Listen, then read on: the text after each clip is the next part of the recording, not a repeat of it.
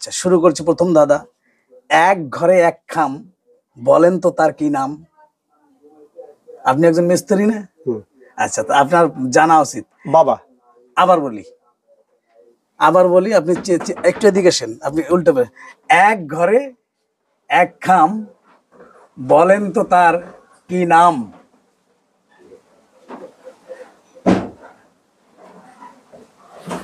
একটু চিন্তা ভাবনা করলে আপনি পারবেন, কিন্তু পারবেন। কই গেলেন একটা আন্দাজে?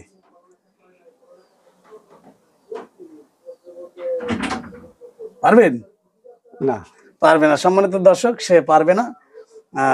সে বলছে সে এই ধাঁধার উত্তর দিতে পারবে না। আপনারা কমেন্টের মাধ্যমে অবশ্যই কি জানাবেন। হ্যাঁ জানাবেন। ধন্যবাদ। দ্বিতীয় নম্বর দাদা, ওকে। ওকে। দুই মায়ের এক সন্তান, বলেন তো তার কি নাম?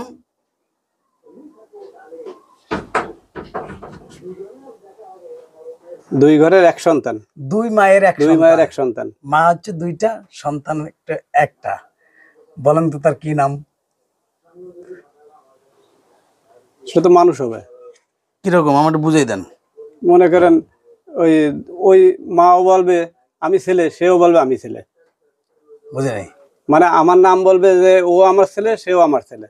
আপনি আমার বলতে, দুইটা মা, দুইটি মা হচ্ছে দুইটা, সন্তান হচ্ছে একটা। সন্তানটা কে? আচ্ছা, আপনি না পারলে অসুবিধা নাই, বলবেন যে পারি না, কোনো সমস্যা নাই। এখানে যে পারতেই হবে এমন কোনো কথা না, ঠিক আছে? বলেন। নাম তো দুইজনে এক করে এক বলেই ডাকবে।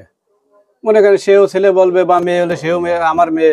আর নাম তো মনে করেন আমার কথা দুই মায়ের দুইটা মা, দুই মায়ের এক সন্তান তো হইতে পারে না। যাক, আপনার দৃষ্টিতে হতে পারে না, কিন্তু আছে। এর অ্যান্সার অবশ্যই একটা আছে। এই অ্যান্সারটা দর্শক কি দেবে, দিয়ে দেবে। এবার একদম সোজা একটা দাদা, সোজা। আমার আজকে স্টুডিওতে আপনার জন্য শেষ দাদা। কি দাদা? শেষ দাদা। আগা ঝনঝন, গোড়া মোটা, বলেন তো কি দাদা? আগা ঝনঝন, গোড়া মোটা, ধান। সম্মানিত দর্শক, আগা ঝনঝন, গোড়া মোটা, বলেন তো কি দাদা? কি? সে বলছে ধান। এর অ্যান্সারটাও কিন্তু আপনারা কমেন্টের মাধ্যমে দিয়ে দেবেন। ধন্যবাদ, চমৎকার। আপনি চেষ্টা করছেন তিনোটা ধাঁধার উত্তর দেওয়ার জন্য, কিন্তু হয়তো হয়নি। অসুবিধা না হলে দর্শক অবশ্যই রয়েছে।